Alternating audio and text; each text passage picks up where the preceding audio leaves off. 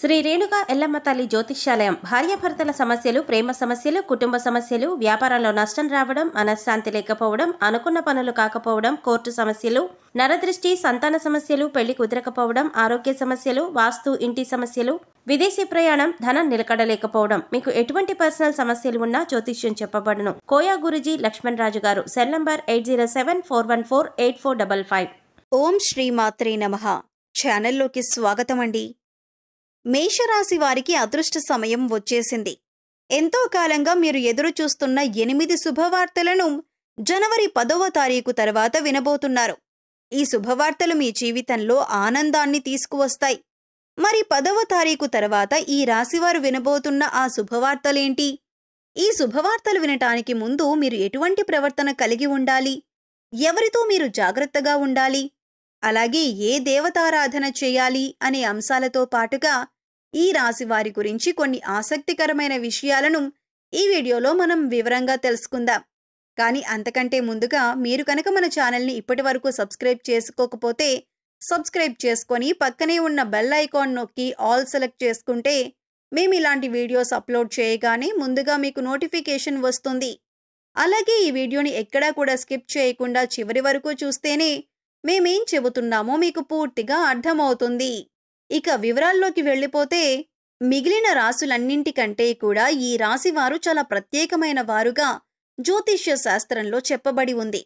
మరి ఈ రాశివారు ఎందుకంత ప్రత్యేకమంటే వీరికున్నటువంటి సహాయం చేసే గుణం, కార్యదీక్షత, కార్యదక్షత, సమయపాలన వంటి అనేక అంశాలను కలిగి ఉండటం వల్ల ఈ రాశివారు అందరికంటే ప్రత్యేకమైన వారుగా చెప్పొచ్చు.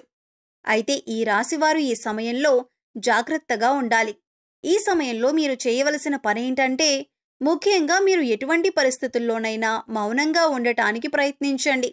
ఇలా కనుక మీరు కొద్దిగా ఓర్పు పట్టి మౌనంగా ఉన్నట్లయితే ఇప్పటిదాకా మీరు ఎవ్వరూ వినని 10 శుభవార్తలు మీరు వింటారని చెప్పటంలో ఎటువంటి సందేహం లేదు. అయితే మీ ముందు నవ్వుతూ మాట్లాడే కొందరు వ్యక్తులు వెనక నుండి మీ నాశనాన్ని కోరుకుంటున్నారు. వారెవరు అనే విషయం ఈ వీడియో చివరి వరకు చూస్తే మీకు అర్థమవుతుంది. ముఖ్యంగా 3 వ్యక్తులు మీ జీవితంలో మీరు పైకి ఎదగకూడదని మీ నాశనాన్ని కోరుకుంటూ ఉన్నారు. ఆ 3 వ్యక్తుల్లో 2 స్త్రీలు, 1 పురుషుడు మీ శత్రువులతో చేరి మీ శత్రువులకి అనుకూలంగా ప్రవర్తిస్తూ మీ నాశనాన్ని కోరుకుంటున్నారు.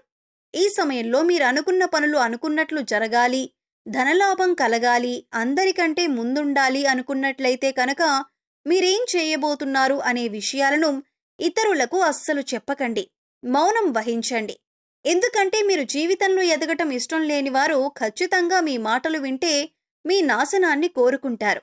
అంతేకాదు ఈ సమయంలో మీరు కొన్ని జాగ్రత్తలు పాటించినట్లయితే ఖచ్చితంగా మీరు శుభవార్తలు వింటారు. కుటుంబంతో సంతోషంగా ఉంటారు. ఏ ఒక్క దేవుణ్ణి ప్రార్థిస్తే 2 దేవుళ్ళ అనుగ్రహం కలుగుతుందో మీకు తెలుసా? అదేనండి, రాముణ్ణి ప్రార్థిస్తే హనుమంతుల వారి అనుగ్రహం కూడా మీకు కలుగుతుంది. ఇక వీరిద్దరి అనుగ్రహం ఉంటే ఈ రాశివారి జీవితం 3 పువ్వులు 6 కాయలుగా మారిపోతుంది. మరి ఆంజనేయ స్వామి వారికి ఇష్టమైన మంగళవారం రోజున మాంసాహారం తినకుండా రాముల వారిని అలాగే హనుమంతుల వారిని ప్రార్థించినట్లయితే మీ మనసులో ఉన్న కోరిక త్వరగా నెరవేరుతుంది. అంతేకాదు ఇలా చేయటం వల్ల రాముల వారి అలాగే హనుమంతుల వారి అనుగ్రహం కూడా మీపై పరిపూర్ణంగా ఉంటుంది అని చెప్పటంలో ఎలాంటి సందేహం లేదు. ఇక అనేక రకాలుగా శని దోషాలతో బాధపడేవారు, అంటే ఏలినాటి శని, అర్ధమ శని, అర్ధాష్టమ శని, ఇలా అనేక రకాలుగా శనితో కలిగే ఎటువంటి దోషాల నుంచి బయటపడాలి అంటే మంగళవారం నాడు ఆంజనేయ స్వామి వారిని విశేషంగా పూజించాలి. మరి ఇటువంటి పూజ చేసేటప్పుడు మాంసాహారం తినకుండా చేస్తే విశేషమైన ఫలితాన్ని పొందుతారని పండితులు చెబుతున్నారు. ముఖ్యంగా ఉదయాన్నే అంటే భోజనం చేయటానికి ముందే పూజ ముగించుకుంటే మంచిదని తెలియజేస్తున్నారు. ఈ వీడియోని చివరి వరకు చూస్తే మీరు చేయకూడని తప్పులతో పాటుగా ఏ వ్యక్తులకు మీరు దూరంగా ఉండాలి అనే అంశాలు మీకు వివరంగా తెలుస్తాయి. అలాగే వీడియో నచ్చితే లైక్ చేసి మన ఛానల్ని సబ్స్క్రైబ్ చేసుకోవటం మర్చిపోకండి. ఇక రెండవ తప్పు మీరు చేయకూడనిది ఏంటి అంటే మీరు కోపాన్ని అదుపులో ఉంచుకోవాలి. అలాగే కోపంలో ఉన్నప్పుడు ఎదుటివారిని ఎంత మాట పడితే అంత మాట అనకూడదు. అలాగే ఎదుటివారిని దూషించకూడదు. ముఖ్యంగా మీ దగ్గర లేని వ్యక్తి గురించి ఎదుటివారితో నెగిటివ్గా చెప్పకూడదు. అలాగే వాడకూడని పదాలు వాడుతూ ఎదుటివారిని దూషించటం కూడా మానుకోవాలి. ఎప్పుడైతే మీరు వాడకూడని పదాలు వాడతారో అది ఇంట్లో కానీ, మీరు చేసే సంస్థల్లో కానీ, ఇరుగు పొరుగు వారితో కానీ ఎక్కడైనా సరే ఇటువంటి పదాలు వాడినప్పుడు లక్ష్మీదేవికి ఆగ్రహం కలుగుతుంది. మిమ్మల్ని వదిలి వెళ్ళిపోతుంది. అప్పుడు మీరు పేదరికం అనుభవించవలసి వస్తుంది. ప్రత్యేకించి ఈ సమయంలో మౌనంగా ఉండాలి. ఈ జాగ్రత్తలు కనుక తీసుకుంటే ఈ రాశివారు ఈ సమయంలో శుభవార్తలను ఖచ్చితంగా వింటారు. మీరు అనుకున్న పనుల్లో విజయాన్ని కూడా సాధిస్తారు. మిమ్మల్ని ఎవరైనా రెచ్చగొట్టినా సరే, అనకూడని మాటలని మిమ్మల్ని ఆవేశపరిచినా కూడా మీరు ఈ సమయంలో మౌనంగా ఉండటం వల్ల అనేక ప్రయోజనాలను పొందుతారు అనటంలో ఎలాంటి సందేహం లేదు. కొద్దిగా ఓర్పు వహించినట్లయితే కనుక జీవితంలో మీరు శుభవార్తలను వింటారు. అంతేకాదు, మీరు జాగ్రత్తగా ఉండవలసిన ఇంకొక అంశం ఏమిటంటే, అందరినీ నమ్మి మీరు డబ్బుగా అప్పిచ్చినట్లయితే కనుక మీకు డబ్బు తిరిగి వచ్చే అవకాశాలు చాలా తక్కువగా ఉంటాయి. ఈ విషయాన్ని మీరు గమనించాలి. ఎందుకంటే ఎవరిని పడితే వారిని నమ్మి డబ్బు ఇచ్చినట్లయితే మీ అవసరాలకు డబ్బు లేక మీరు చివరికి ఇబ్బంది పడవలసి వస్తుంది. మనకున్నంతలో దానం చేయటం, హెల్ప్ చేయటం తప్పు కాదు. కాకపోతే మనం చెయ్యలేని సహాయాన్ని కూడా మీ భుజాల మీద వేసుకొని చేయటం వల్ల మీరు చిక్కుల్లో పడే అవకాశం ఉంటుంది. ఈ విషయాన్ని మీరు గమనించాలి. ఇక ఆర్ అనే అక్షరంతో పేరు మొదలయ్యేవారు ఎవరైనా ఉంటే అటువంటి వ్యక్తుల వల్ల మీ జీవితంలో కష్టాలు అధికంగా వస్తాయి. కాబట్టి అటువంటి వ్యక్తులెవరో మీరు పరిశీలించి వారికి దూరంగా ఉండటం మంచిది అని సూచించడం జరుగుతుంది.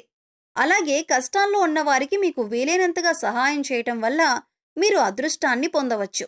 అంతేకాదు, ఈ రాశివారు ఎవరినైనా మంచి పొజిషన్కి తీసుకువెళ్ళాలి అనుకుంటే అలా చేసే శక్తి ఈ రాశివారికి ఉంటుంది.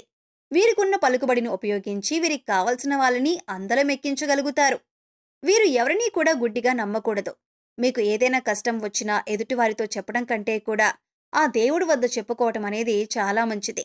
అంతేకాదు, ఒక రకంగా దేవుడి దగ్గర చెప్పుకోవటం వల్ల మీ కష్టాలను దేవుడు విని వెంటనే తీరుస్తాడు. ఎందుకంటే ఈ సమయంలో మీకు దైవబలం కూడా అండగా ఉంది. ఇక మీలో ఉండే నెగిటివ్ ఆలోచన కారణంగా, అంటే నేను చేసే పనిలో విజయం సాధిస్తానా లేదా, నేను పనిని కరెక్ట్గా చేస్తున్నానా లేదా అని ఆలోచనతో ఉండటం వల్ల మీరు చేసే పనిలో పొరపాటు జరిగే అవకాశం ఉంటుంది. అందువల్ల ఎటువంటి నెగిటివ్ ఆలోచన లేకుండా దేవుడిని నమ్మి దైవం మీద భారం వేసి మీరు పని చేసినట్లయితే ఖచ్చితంగా మీరు విజయం సాధిస్తారు. అలాగే పని ప్రారంభించే ముందు దేవుడిని తలుచుకోవటం మాత్రం మర్చిపోకండి. పి ఇంకా ఎస్ అనే అక్షరాలతో పేర్లు మొదలయ్యే స్త్రీలతో మీరు చాలా జాగ్రత్తగా ఉండాలి. వీరిని నమ్మి అన్ని విషయాలను వారితో చర్చించకూడదు. అంతేకాదు, వారికి ఎంత దూరంగా ఉంటారో మీకంత మేలు జరుగుతుంది. అలాగే ఆర్ అనే అక్షరంతో పేరు మొదలయ్యే మగవారితో కూడా ఈ రాశివారు దూరంగా ఉండాలి. ఎందుకంటే ఈ ఇద్దరు స్త్రీలు ఇంకా పురుషుడు మీ నాశనాన్ని కోరుకునే వారిలో ఉండే అవకాశం ఉంది. ముందు చెప్పుకున్న విధంగా ఈ అక్షరాలతో పేర్లు మొదలయ్యే ఇద్దరు స్త్రీలు అలాగే ఒక పురుషుడితో మీరు చాలా జాగ్రత్తగా ఉంటే మీ జీవితంలో మీరు ముందుకు వెళతారు. అలాగే మరిన్ని యోగవంతమైన ఫలితాలను పొందటానికి ఈ సమయంలో మీరు చేసుకోవలసిన దేవతారాధన చూసుకున్నట్లయితే గురువారం నాడు దత్తాత్రేయ దక్షిణామూర్తి వంటి గురుస్వరూపాల ఆలయాన్ని దర్శనం చేసుకోండి. మాస శివరాత్రి రోజున శివుడికి అభిషేకం చేయించుకోండి. అలాగే సోమవారం నాడు శివుడికి విశేషంగా పూజ చేసుకున్నట్లయితే జీవితంలో ఉన్నతిని పొందుతారు.